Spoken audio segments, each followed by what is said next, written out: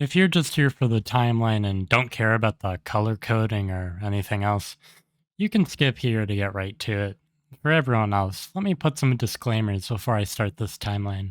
Also, please note that if you want access to any of the files I used for this video, including the blank timelines, my completed timeline, and the tiles that make up the timeline, I've left a link to a Google Drive folder in the description.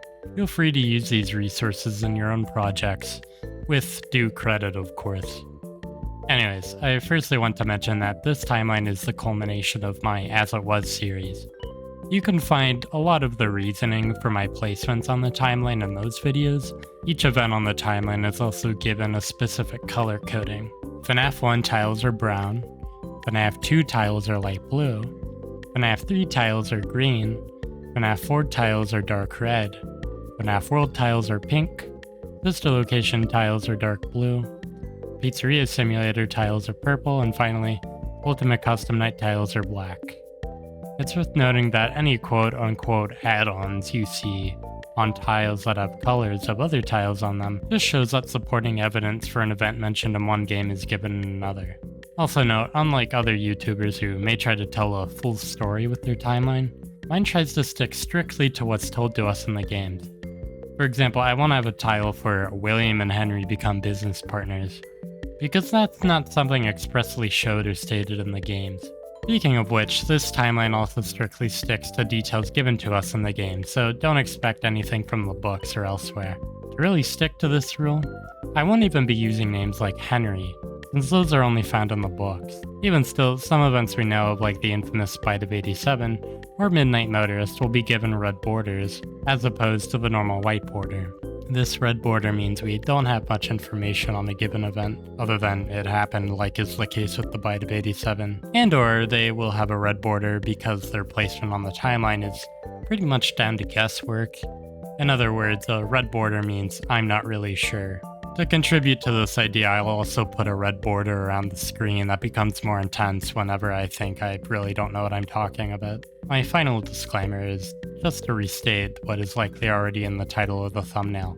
This timeline only spans from FNAF 1 to Ultimate Custom Night. Anything beyond that will not be mentioned here.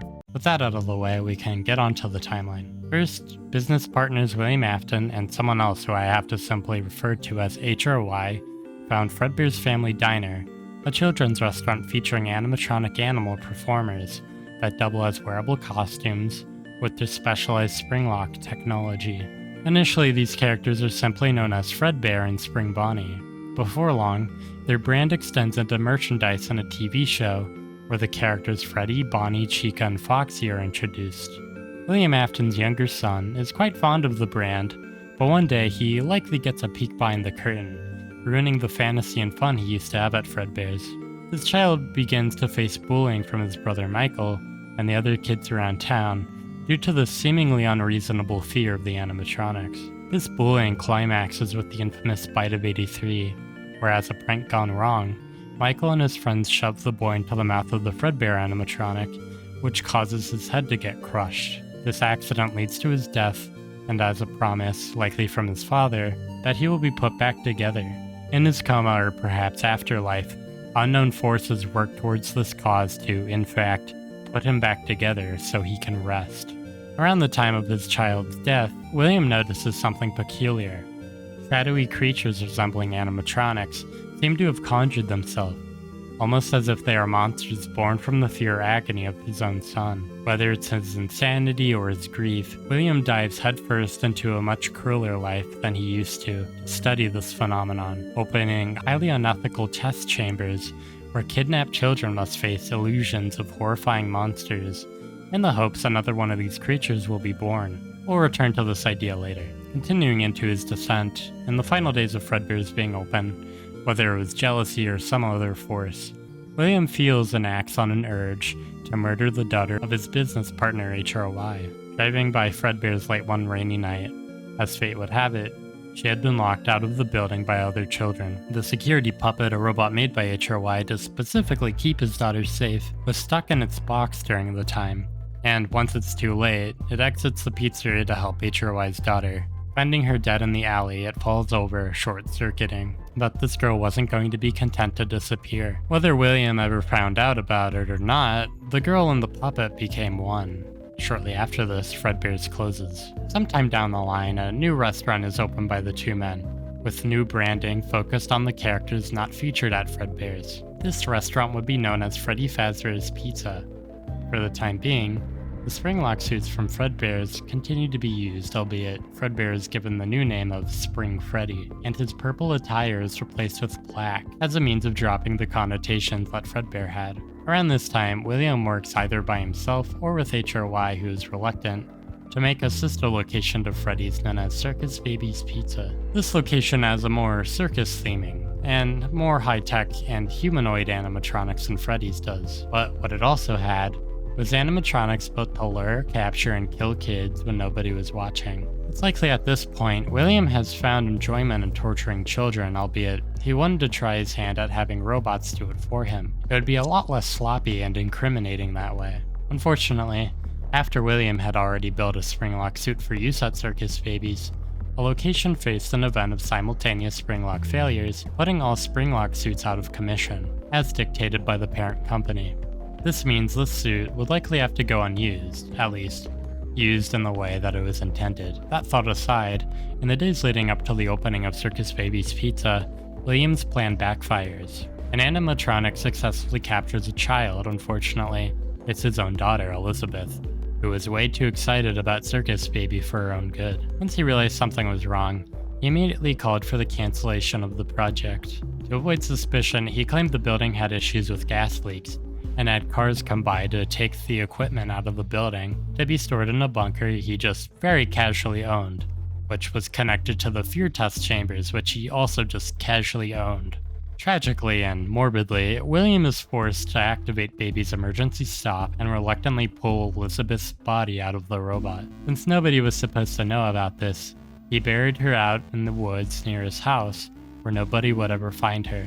This would be a secret for the Aftons alone. In the meantime, the robots he spent so much time and money on would either be scrapped for parts, or kept in his bunker to be rented out for private parties. Likely only more angered by the accident with Baby, William realized if he wanted a job done right, he'd have to do it by his own hand.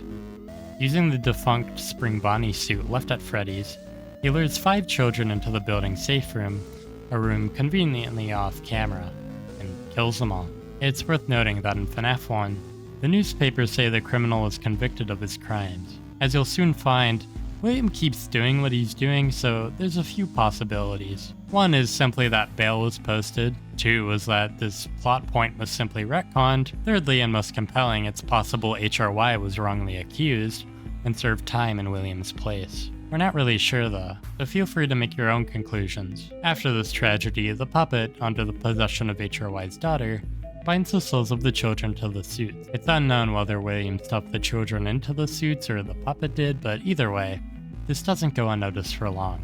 In response to the tragedy facilitated by the safe rooms, the rooms are sealed up in all locations. Parents start reporting that the animatronic characters begin oozing blood and mucus from their eyes and mouths, one saying they resemble reanimated carcasses. It's possible around this time, William notices the puppet's strange behavior and concludes that HRY's daughter must have possessed it. So, as an early test of a substance that will later be named Remnant, William rips the endoskeleton components from the Spring Freddy suit as a mean to run tests on it. This leaves the soul trapped in the suit in a completely motionless state, unlike the others. As such, it's forced to exclusively manifest itself as a spirit, taking on the form of the suit it's been bound to. Anyways, following the tragedy and the sanitation problems that became of it, Freddy's closes with some optimism to reopen again, and in 1987 they do just that with new improved high-tech animatronics. These robots featured facial recognition technologies meant to detect criminals in the building in order to make it feel more safe. While the original animatronics were simply going to be retrofitted with this technology, they are instead used for parts for the newer toy models. This isn't confirmed, but I personally think as the old robots were scrapped, Fazbear Entertainment did in fact find the bodies of the children. However, they disposed of them without telling anyone, leaving the grieving families to wonder what happened to their children forever. But the suffering didn't end with them. Entering the new Freddy's under a pseudonym, William is given the job of a night shift worker, which is bad news for two reasons. One, at night, there's no children around for him to torment. And two, it looked as if the children he had already taken care of planned on tormenting him, so after speaking with management, he got himself shifted over to the day shift. On the job, he manages to kill more kids, apparently more elegantly this time, as it seems most people, even the series creator, don't even know that murder happened here. But an investigation begins after the disappearances, and more so, management notices that the animatronics, all of them, are starting to go haywire. Whether it's because the new victims found their way into the animatronics, or it's just the facial recognition technology becoming confused, as they didn't see the face of the criminal, the new toys start acting completely unusual. The same week is when our main character in FNAF 2 takes the night shift. This week reaches its climax when either Phone Guy doing his own private investigation or someone else at the company figures out what happened to the kids and the evidence that the Spring Bonnie suit was used. Again. Deeming the restaurant too unsafe, the building closes down. In the final party of the restaurant's lifespan, someone is bit by one of the rogue animatronics in an event known as the Bite of 87. After such a horrific week, the restaurant closes its doors, scrapping the newer models. The company decides they will try to reopen once more with a smaller budget by way of refurbishing the older models. Even the long-defunct Spring Freddy suit is renovated. With its endoskeleton components mysteriously long gone, they turn it into a plain mascot costume. The Spring Bonnie suit, still having its robotic parts, is deemed too complicated to renovate, so the company decides to open the door of the building's long-defunct safe room and seal the Spring Bonnie suit inside. It's also possible they decide to throw the now plain yellow Freddy suit into this room as well. Around the time of the third Freddy's opening, William decides to get new subjects for his test chambers, since the rest of them likely died of starvation or other causes. So he decided that the safest choice would be his son, Michael. Donning a spare Spring Bonnie suit he kept stashed outside, he threw it on night after night and threatened Michael into going into the facility for him. He knew Michael couldn't stay there permanently, lest he starve like the other subjects did, so this is the method he felt was best. One night there was a problem. When time came for his nightly threatening, William notices the rain clouds forming in the sky and knew he didn't have much time. Throwing the costume on and throwing a rock into Mike's window to quickly get his attention, he has Mike go to the facility as he always did. But now there was a problem. Now there was evidence of what he had been doing. Dashing the suit before the rain started, and heading back inside, he greeted his wife, who returned home drunk again. Wanting to see Michael as she always did when she was drunk, William tried to discourage her tonight, as a means of keeping her away from anything incriminating. To his dismay, she doesn't listen, but also doesn't notice the crime scene, just assuming that Mike has run off to that place again. As this week continues, William, under the guise of his Spring Bonnie costume, leaves more demands for Michael,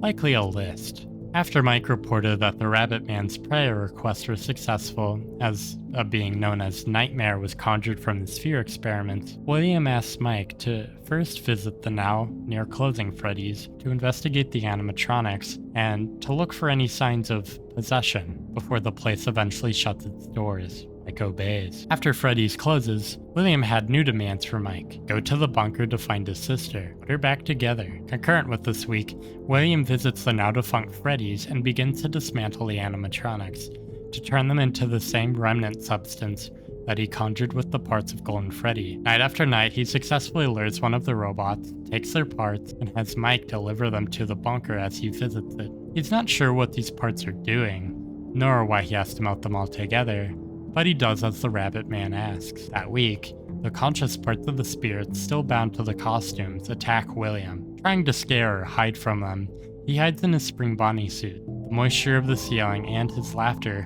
causes the suit to fail. As he begins to drown in his own blood, the spirits seal the door to the safe room once more, leaving it to stay sealed for a long, long time. Speaking of which, if you're looking for a PC that lasts you a long, long time, look no further than today's sponsor, Lone Star PC. If you're looking for a high-quality, well-performing PC to help you pass the time when sealed up in a safe room perhaps, but don't want to build one yourself, Lone Star has you covered. Lone Star is a small, new company formed by a group of friends from Texas that builds custom computers to fit your needs. So if the backroom's arcade machines don't exactly have the right components you're looking for, Just click the link in the description to order a computer that's right for you. Now back to the timeline.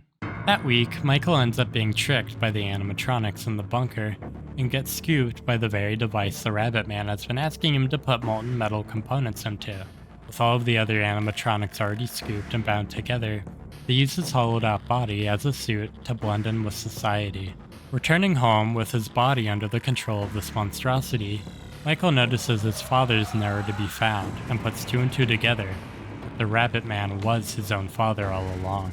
Eventually, his rotten body is no longer suitable for the robot amalgamation, so it ejects itself into the sewers. Miraculously and unknown to Michael, the molten metal he got injected with was responsible for keeping him alive. And now that the Rabbit Man's list of requests have been satisfied, Michael deems he only has one thing left to do: find his father. Somewhere down the line, Baby and the rest of the being known as Ennard begin to squabble over Baby's controlling nature and decide to eject her. They now became two beings: Trap Baby, holding the soul of Elizabeth, and Molten Freddy, taking on all of the remnant the Funtimes had been injected with when they were scooped. The remnant made from the souls of the 5 missing children. Way later, in the year 2023, a local amusement park decides to open a horror attraction based on the grisly history of the Fazbear brand. Taking whatever relics they can find from abandoned locations, they assemble a somewhat faulty attraction, albeit with no animatronics. What they don't realize, however, is the empty costume parts they had discovered held the conscious souls of dead children, those who have for long been put into a motionless state, as the long-missing Golden Freddy has been all along. The attraction has trouble finding functional animatronics, that is, of course, until they follow a lead from one of the architects of the restaurant, who tells them the buildings all had long sealed-up safe rooms, which may have something of worth inside. They do find something: Springtrap. Not noticing the corpse within, they throw it into the attraction, leaving the night guard to deal with it. It's debated who this night guard is. It could be Mike or HRY, or just some random guy. I personally think it was Mike, given the accompanying visual of his speech of finding his father shows the remains of Fazbear's frights in the background, perhaps indicating that he did find his father eventually, and this is where it was. Either way, by the end of the week, the building burns down, releasing the conscious parts of the souls left in the animatronic costume components that were found. Notice, however, that Golden Freddy was nowhere to be seen in this building. Feeling inspired after learning of the news of the attraction burning, HRY came out of his hiding, or his sentence, or whatever it was, to concoct a plan to end the agony of Afton's crimes. He creates a plan to capture all of the loose ends he was aware of: the amalgamation that is Molten Freddy, Trap Baby, which held the soul of Elizabeth Afton within, the man himself, William Afton, and finally his daughter, who was still roaming as the puppet. For her, he had built a special animatronic known as Lefty, built to lure, capture, and bring the puppet to the location of his master plan.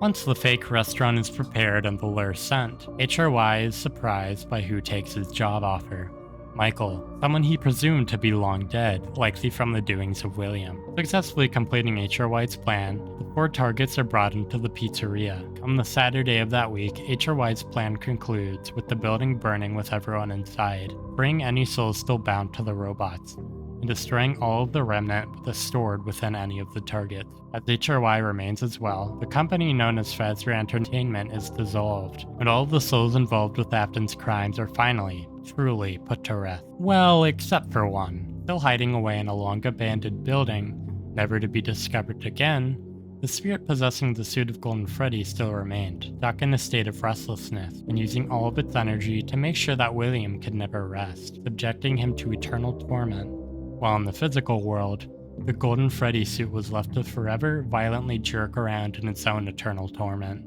fading away into obscurity. I feel obligated to mention that this timeline may not be 100% correct, especially around the Midnight Motorist parts, but I feel that's a given, and even though I feel like I've gone completely mad in some of these segments, I'm proud of the conclusions I've come to here. Either way, I hope you all enjoyed my thoughts, and always feel free to share yours in the comments. Remember, I've given you all access to the timeline files, so feel free to build your own. Also, while you're here, why don't you check out my As It Was series to get a little bit more insight on how I came to these conclusions. There's also the Midnight Motorist video, which is probably the biggest point of contention in this video, but that aside, that's all I have for now. Thank you all for watching.